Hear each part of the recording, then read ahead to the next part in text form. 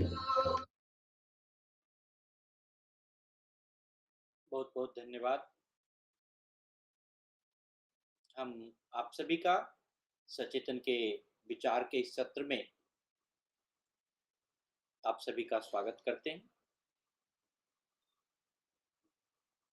हम लोग बुद्ध चरितम के बारे में बात कर रहे थे और पिछले 2 सत्र में हमने बात किया था कि बुद्ध कैसे ज्ञान की ओर अपना पहला कदम बढ़ाए थे। अभिनिष्क्रमण जिससे कि मुक्ति की राह पर उनका पहला कदम कैसा था। बुद्ध और उसके पिता सिद्धार्थ और उसके पिता के बीच में बहुत सारी वार्तालापें होती है। बहुत सारे ऐसे कंडीशंस रखे गए कि बुद्ध के पिता चाहते थे कि वह महल छोड़कर नहीं जाए। लेकिन ऐसा हो ना पाया क्योंकि बुद्ध ने 4 ऐसी शर्तें पिता के साथ सुनिश्चित किया और वह 4 शर्त को पिता पूरा नहीं कर पाए। पहला शर्त था कि मुझे कभी मृत्यु का सामना ना करना पड़े। दूसरा शर्त था कि आप as a father, as a पिता ये इंश्योर कीजिए कि कोई रोग कभी मेरे शरीर को ना जकड़े, बुढ़ापा कभी मेरे यौवन को प्रभावित ना करे, विपत्ति कभी मेरे सुख समृद्धि को ना हर सके। तो इस प्रकार से बुद्ध ने अपने पिता से कहा कि मैं राजसी जीवन स्वीकार कर लूँगा, सन्यासी नहीं बनूँगा अगर ये 4 चीज़ सुनिश्चित कर लें। तो बुद्ध की जो यह यात्रा थी, केवल उनकी यात्रा नहीं थी, यह प्रत्येक मनुष्य के आत्म जागृति और सत्य की खोज की यात्रा है। जो चीज सत्य है, जो चीज वास्तविक है, अगर आप उसे समझते हुए भी इग्नोर करते हैं तो फिर आप आत्म जागृति की यात्रा पर नहीं जा सकते हैं। आत्म जागृति की यात्रा मतलब ज्ञान की यात्रा।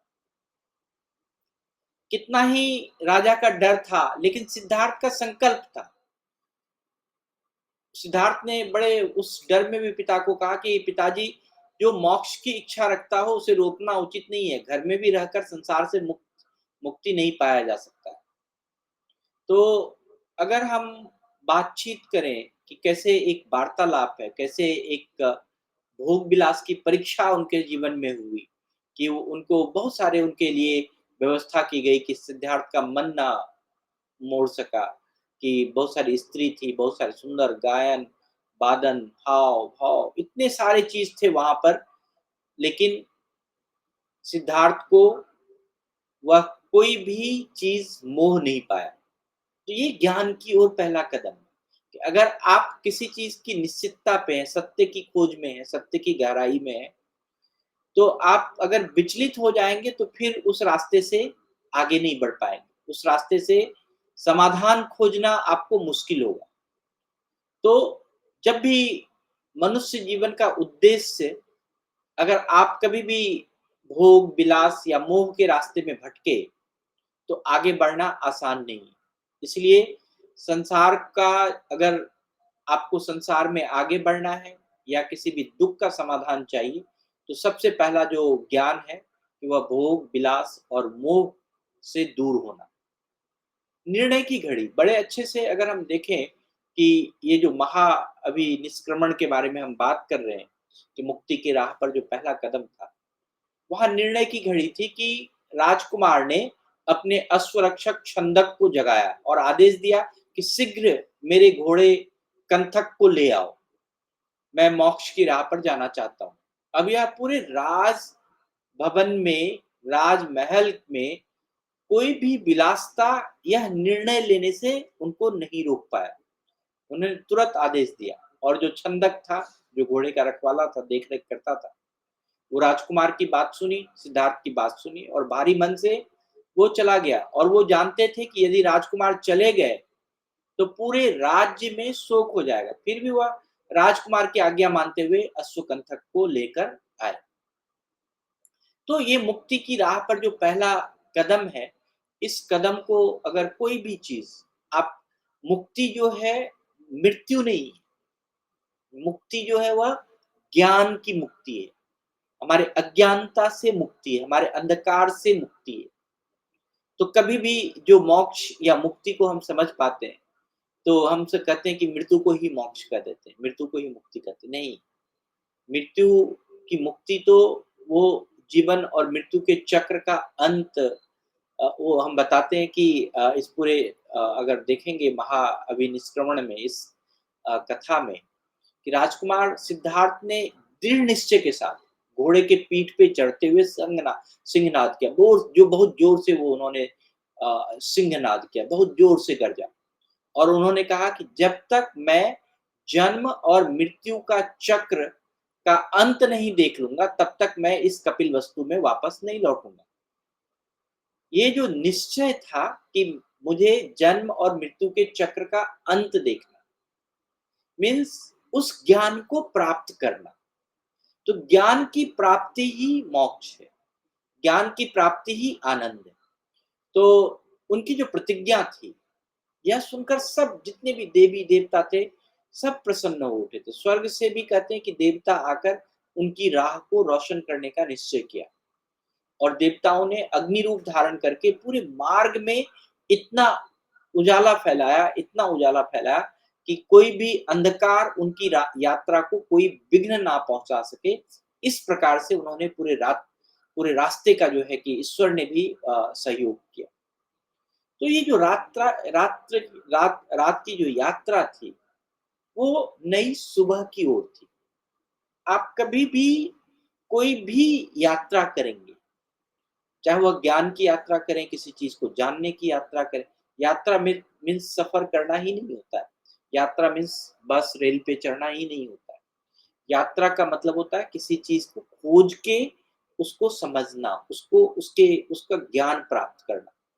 तो जैसे ही आप किसी चीज को ज्ञान प्राप्त कर लेते हैं, तो आपको एक बड़े अच्छे से एक सुबह की तरह आपके मन में एक प्रकाश जलेगा। तो इसी को कहते हैं कि रात की यात्रा नई सुबह की ओर। और जब कंथक अश्व को पूरी शक्ति से वो लेकर दौड़ रहा था, ऐसा लग रहा था कि वह हवा से बातें कर रहे हैं। राजकुमार की जो धुन थी इतनी प्रबल थी कि एक ही रात में उन्होंने अनेक योजन, यानी कहते हैं कि कई 100 किलोमीटर की दूरी तय करी। तो ज्ञान की यात्रा में समय जो है वो बहुत ही ज्यादा कट मतलब फास्ट निकलता है, आपको पता ही नहीं चलेगा। आप किसी चीज को ढूंढेंगे, किसी चीज को करने बैठेंगे, कैसे आपके 5 घंटे 7 घंटे 10 घंटे बीत जाएंगे, आपको पता ही नहीं चलेगा। लेकिन खाली होकर अगर आप स्क्रॉल करते रहेंगे मोबाइल को, तब तो फिर आपको बहुत अच्छा पता चलेगा, वो भी एक दूरी तय करना हो। लेकिन जब हम ज्ञान की यात्रा में करते हैं, तो तेजी से हम अज्ञान की ओर बढ़ रहे हैं। मतलब हम मोह बंधन सांसारिक सुख को, सब चीज को त्याग कर एक नई रोशनी की ओर बढ़ रहे हैं, एक नए सत्य की खोज में हम बढ़ रहे हैं। तो ये है ज्ञान की यात्रा, जो भगवान बुद्ध ने जो है यह यात्रा प्रारंभ की थी। और यह वही क्षण था जब सिद्धार्थ ने अपने भव्य जीवन में राजमहल की ऐश्वर्यता, सुख सुविधा सबको छोड़कर आत्मज्ञान की राह पकड़ ली थी। तो जब भी आपको आत्मज्ञान या ज्ञान का राह पकड़ना है, तो आपको वहां पर कहीं ना कहीं अपनी सुख सुविधा को छोड़ना होगा।